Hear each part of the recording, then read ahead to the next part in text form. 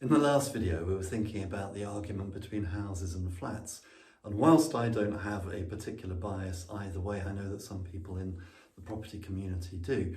But I was explaining that for me, ultimately, it comes down to the figures. But of course, there's a lot more to it than just the figures.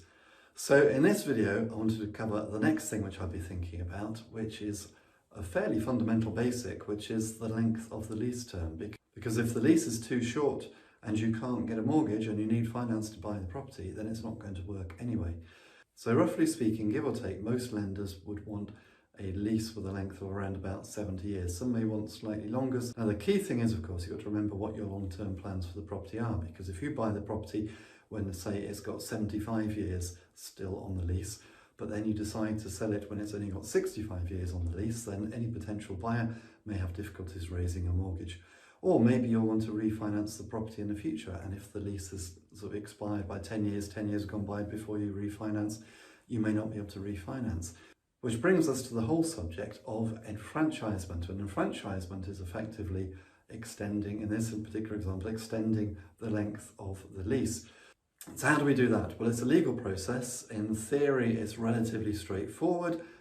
You probably want your solicitor to do this for you to make sure it's all done properly, but you would extend the lease to, say, another 99-year term, or more ideally, 125 years or even 999 years. I've recently been through the process and extended the leases to a length of 999 years. Of course, there's a cost involved in this.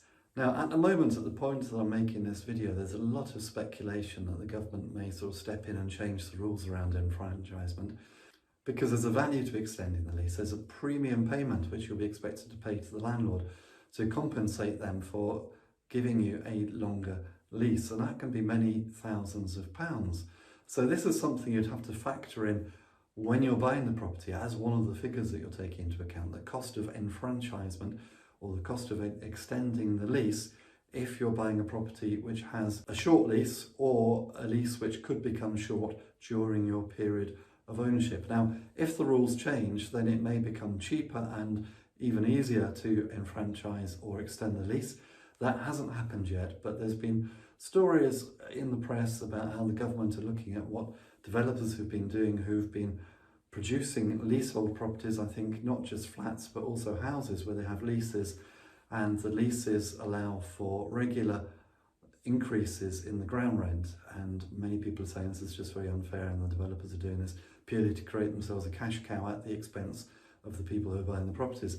So I think that legislation around enfranchisement is to come, and so by the time you watch this video, maybe the position will have changed. But as things stand, if you have a short lease, you're going to have to pay the freeholder to extend it. Now, there are websites online which will help you do a rough calculation as to how much it's going to cost to extend the lease. So Google that, you'll find if you've got a property that you're interested in, you want to know roughly how much it's going to be, one of those websites will be able to go through a basic calculation with you and show you roughly how much you're probably looking at in terms of enfranchisement. But certainly that's the next thing I'll be looking at. Step 2 of the process, after checking that the figures work, is to see how long the lease is and whether enfranchisement or lease extension is going to be something I'm going to have to think about in the future, or whether it's going to stop me in my tracks right now if the lease is too short for me to be able to get a mortgage at the time of purchase.